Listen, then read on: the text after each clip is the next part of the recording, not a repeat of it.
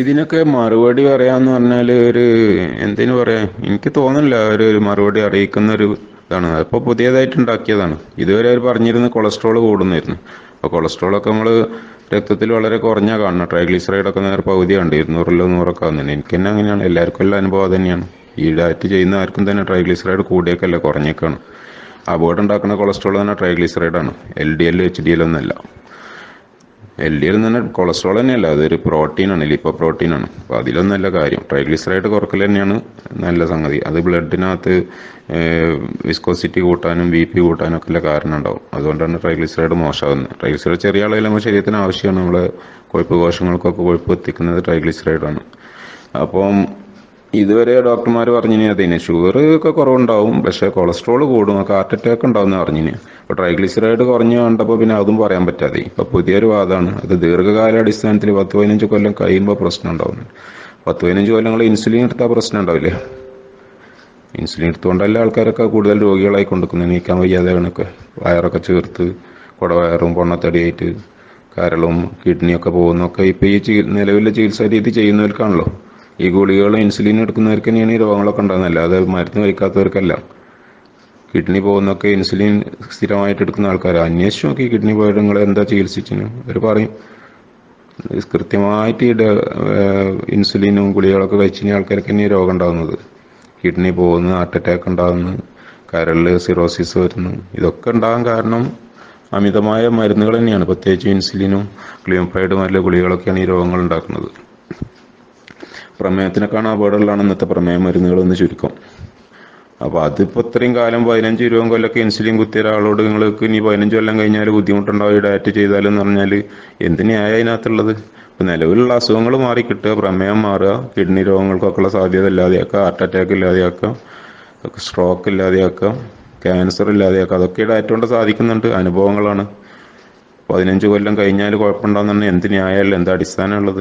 രോഗങ്ങൾ മാറുകയല്ല ചെയ്യുന്നത്, കൂടുതൽ വഷളാകുന്നില്ലല്ലോ. അതേസമയത്ത് ഇപ്പോഴത്തെ ചികിത്സാ രീതി കൊണ്ട് വഷളാണ് ചെയ്യുന്നത്.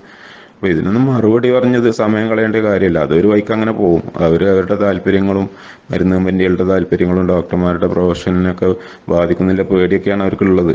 ആൾക്കാർ മരുന്നുകളൊന്നും ഇല്ലാതെ ആരോഗ്യവാന്മാരായി ജീവിക്കുക എന്നുള്ളത് ആ ഫീൽഡിലുള്ളവരെ സംബന്ധിച്ചിടത്തോളം ഒരു ഭീതിയോടുകൂടി കാണുന്നതാണ്. PWDന്റെ കാര്യം ഞാൻ കുറേ കാലം PWDയിൽ വർക്ക് ചെയ്ത എഞ്ചിനീയറിംഗ് ഫീൽഡ്. അപ്പോൾ അതിൽ ഈ റബ്ബറൈസ്ഡ് എന്നൊക്കെ നമ്മൾ പറയുന്ന സംഗതി ഉണ്ടല്ലോ. അപ്പോൾ 2 ലെയറായിട്ട് ഒരു കുറെ കനം കൂടിയ ലെവലിൽ ടാർ ചെയ്യുന്നൊരു പരിപാടിയാണല്ലോ പതിയ റോട്ടിലുള്ളത്. അതിന് ശരിയായ ടേം പറയുകയാണെങ്കിൽ ബിറ്റുമിനസ് മെക്കാഡും ആൻഡ് ബിറ്റുമിനസ് കോൺക്രീറ്റ് എന്ന 2 ലെയറാണ്. ബിറ്റുമിനസ് മെക്കാഡും പിന്നെ ഇതിൻ്റെ മുകളിലുള്ള ബിറ്റുമിനസ് കോൺക്രീറ്റും. ഈ BMNTC വർക്ക് 2000-ന്റെ ടൈമിലാണ് വളരെ വ്യാപകം തുടങ്ങിയത്. നാഷണൽ ഹൈവേയിലൊക്കെ ഞാൻ തന്നെയാണ് അതിന് കൂടുതൽ വർക്കും കൊണ്ടുവന്നിട്ടുള്ളതൊക്കെ. അപ്പോൾ ഇന്നിപ്പോൾ മിക്കവാറും എല്ലാ ചെറിയ റോഡുകളടക്കം ചെയ്തുകൊണ്ടിരിക്കുകയാണ്. അപ്പോൾ ഇത് വന്ന സമയത്ത് ഈ 98 2000 ആ കാലഘട്ടത്തിലൊക്കെ നമ്മൾ ഓഫീസിലൊക്കെ ഉള്ള പഴയ താപ്പാനങ്ങൾ ഓവർസിയർമാരുണ്ടായിരുന്നു.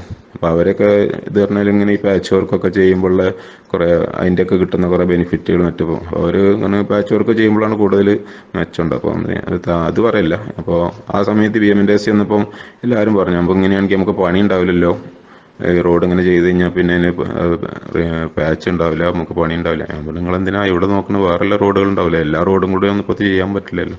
BMNTC ചെയ്താൽ അത്രയും ഭാഗം റോഡ് ഉഷാറായി നിൽക്കും, ബാക്കി റോഡുകൾ പാച്ച് വർക്കൊക്കെ ചെയ്തിട്ട് അങ്ങനെ പോവുകയും ചെയ്യുക. പിന്നെ ഈ വർക്ക് ഇങ്ങനെ ഒരു ഓഫീസിൻ്റെ കീഴിൽ തന്നെയാണല്ലോ വരുന്നത്. അപ്പോൾ വർക്കില്ലാത്ത പ്രശ്നമൊന്നും വരില്ല.